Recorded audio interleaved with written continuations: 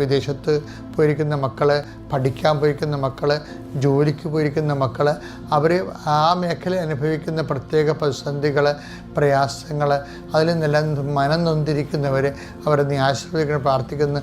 വിദേശത്തുള്ള രോഗികൾ അവർ വല്ലാതെ വലയുന്നവരുണ്ട്.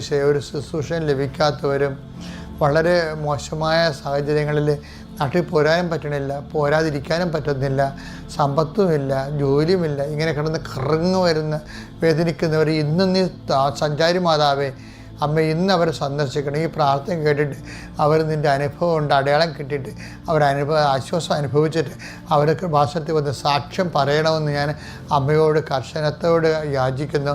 എൻ്റെ കർത്താവിൻ്റെ ഉന്നതമായ നാമത്തിലെ തൊഴിലിടങ്ങളെ ആശ്രയിക്കാൻ പ്രാർത്ഥിക്കുന്നു. പുതിയ തൊഴിൽ കണ്ടുപിടിക്കാനുള്ള കൃപയ്ക്ക് വേണ്ടി പ്രാർത്ഥിക്കുന്നു. ചെയ്തുകൊണ്ടിരിക്കുന്ന തൊഴിലിനെ അപ്ഡേഷൻ കിട്ടാൻ വേണ്ടി പ്രാർത്ഥിക്കുന്നു.